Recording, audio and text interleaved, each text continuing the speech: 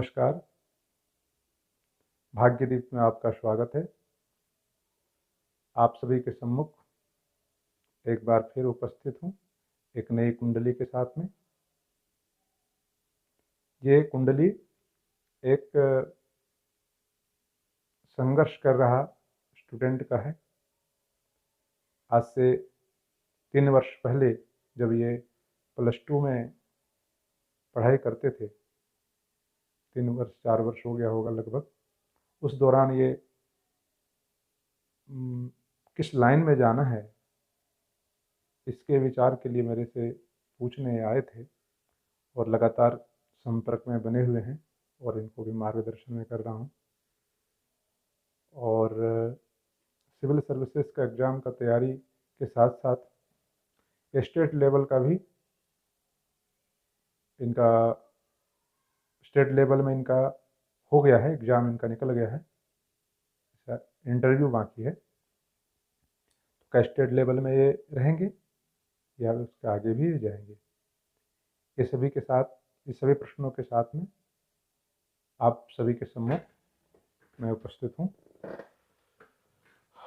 जिनकी कुंडली है इनका डेट ऑफ बर्थ है, जो कि आप लोगों को थोड़ा उल्टा दिख रहा होगा इसमें कैमरा का कुछ सेटिंग के कारण, तो आप अपने स्तर से उसको देख लें।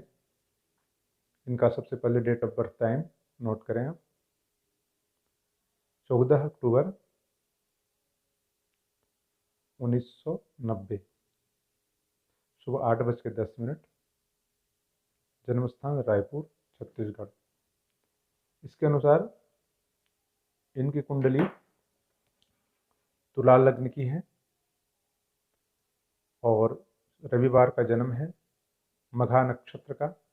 मघा नक्षत्र भी मूल नक्षत्र में आता है।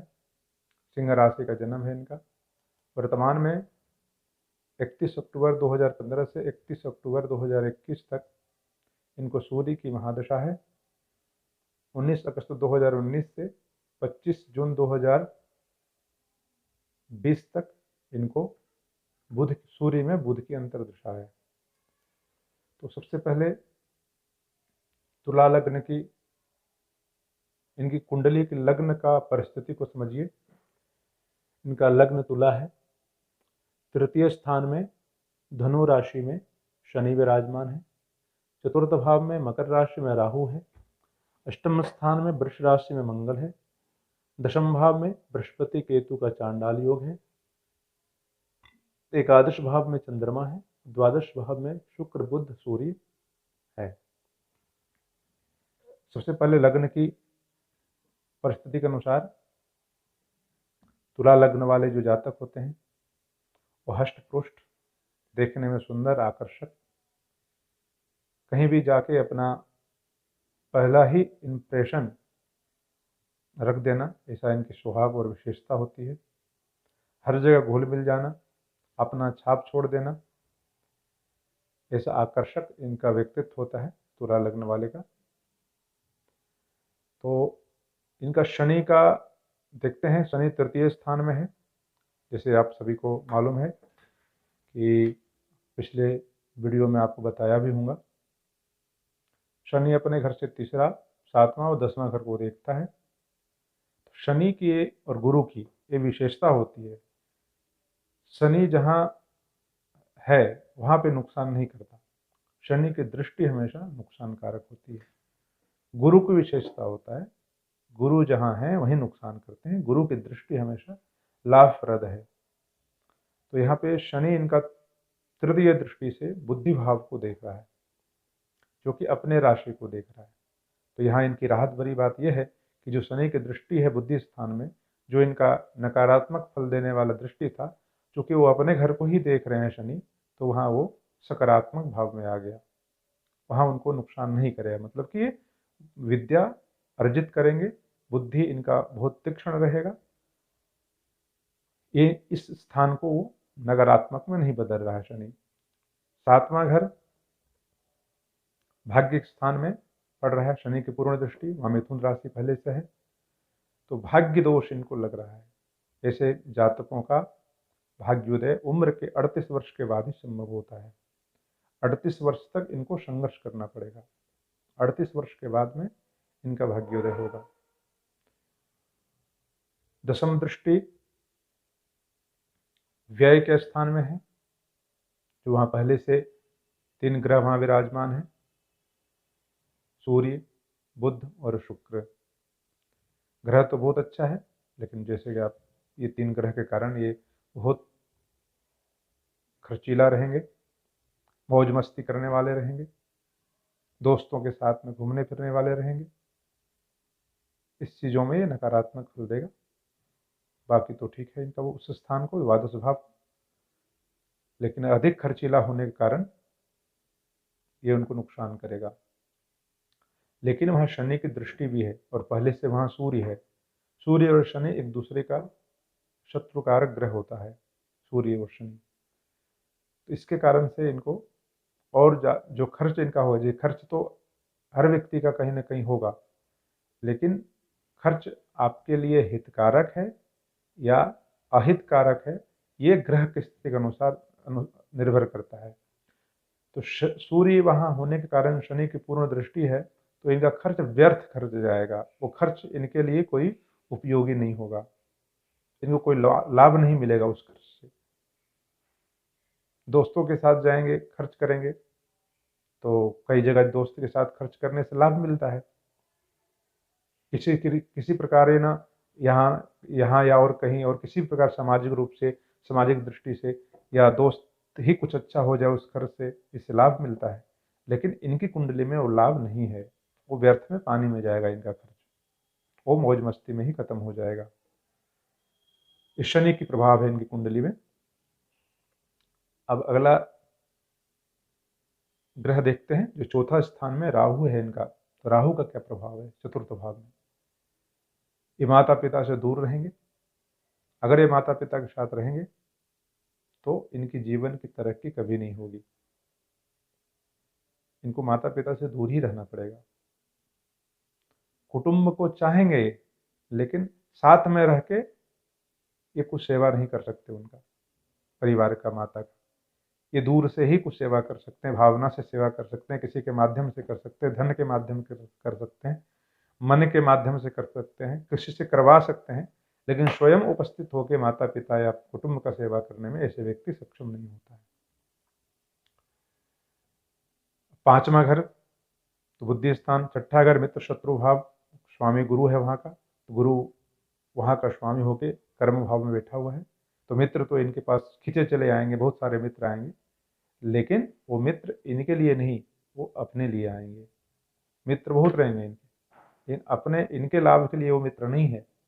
ये मित्र अपने लाभ के लिए इनसे जुड़ेंगे। लेकिन यह है कि मित्र से इनको कोई नुकसान नहीं है, धन के अलावा और किसी प्रकार से कोई नुकसान नहीं है, जैसे गलत व्यसन इत्यादि इस प्रकार का इनका नहीं रहेगा। 7वें भाव का स्वामी मंगल है, 8वां घर में मंगल बैठा हुआ है, तो ये मांगलिक है।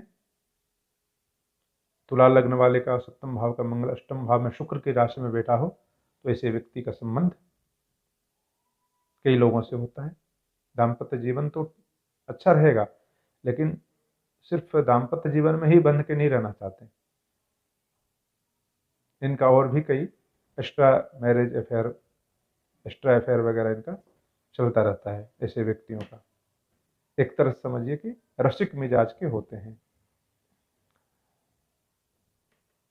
और मांगलिक जिसे बताया, भाग्य स्थान का स्वामी बुध है। बुध इनका द्वादश भाव में सूर्य के साथ, शुक्र के साथ में है, तो इनका भाग्योदय होगा, लेकिन उम्र के 38 वर्ष के बाद होगा। अब कर्म स्थान की ओर आते हैं। कर्म स्थान में इनका बृहस्पति और केतु है, चांडाल योग। जैसे मैं आपको बताया कि चांडाल योग जैसे नाम से ही प्रतीत होता है, इनके अंदर बुद्धि बहुत है, क्षमता बहुत है कुछ करने का, कर्म भी बहुत अच्छे करते हैं, मेहनत भी अच्छा है इनका, लेकिन उस मेहनत का, उस योग का इनको लाभ नहीं मिल पाता। चांडाल योग के कारण वो कोई अन्य व्यक्ति ले जाता है। पिता से भी इनकी दूरी, जैसे बताया था, माता पिता से दूरी इनकी रहेगी। पिता के साथ वैचारिक मतभेद बहुत ज्यादा रहेगा।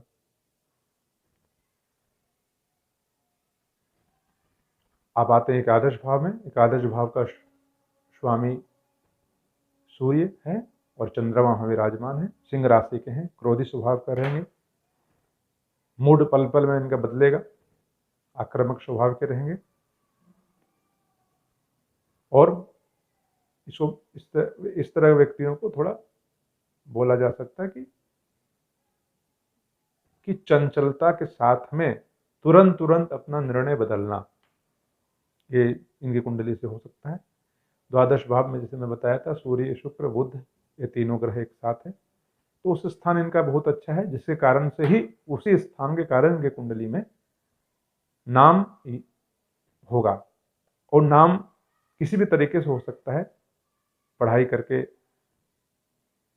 IAS बन के हो सकता है, या फिर अब जो वर्तमान में ये स्टेट लेवल का सिविल सर्विसेज निकाल चुके हैं, इंटरव्यू बाकी है, वो तो इनका 100% हो जाएगा, क्योंकि 7वां जो घर है इनका, इसी बारे में जब बता रहा था कि सिविल में ये सफलता प्राप्त करेंगे कि नहीं करेंगे। तो सप्तम भाव जो इनका है, सप्तम भाव में का स्वामी मंगल है, मंगल इनका अष्टम स्थान में शुक्र की राशि में है, तो निश्चित तौर पे ये सिविल एग्जाम पास करेंगे, स्टेट लेवल तो पास करेंगे ही करेंगे, और इनका आगे जाके सिविल एग्जाम में कम से कम IPS तो जरूर बनेंगे, भले IAS ना हो सके, IPS बनने का पूरा योग है। वकील, अच्छा वकील, ऐसे व्यक्ति वकील बनते हैं तो बहुत अच्छा वकील बनते हैं, बहुत अच्छा अधिवक्ता बनते हैं, और या IPS बनते हैं तो पुलिस के माध्यम से, प्रशासन के माध्यम से लोगों में अपना छवि रखते हैं। वर्तमान में ये स्टेट लेवल का एग्जाम में इनका निकला है, तो इसलिए उनका आगे भी ये जरूर निकलेगा, लेकिन उसमें अभी वर्तमान परिस्थिति ऐसी नहीं है, क्योंकि वर्तमान में इनको सूर्य की महादशा में बुध की अंतर्दशा है। तो अभी इनका चंद्रमा की महादशा आने वाली है, चंद्रमा की महादशा 2021 में इनका आएगा, तो उस दौरान इनका भाग्योदय होने का योग है।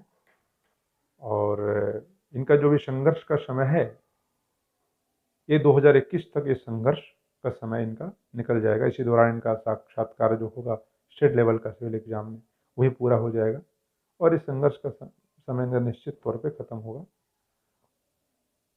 इसी के साथ में इस कुंडली का विश्लेषण यहीं समाप्त करते हैं। अगली बार फिर एक नई कुंडली के साथ में, नए ज्ञान के साथ में आप सभी के समक्ष उपस्थित होंगे। नमस्कार।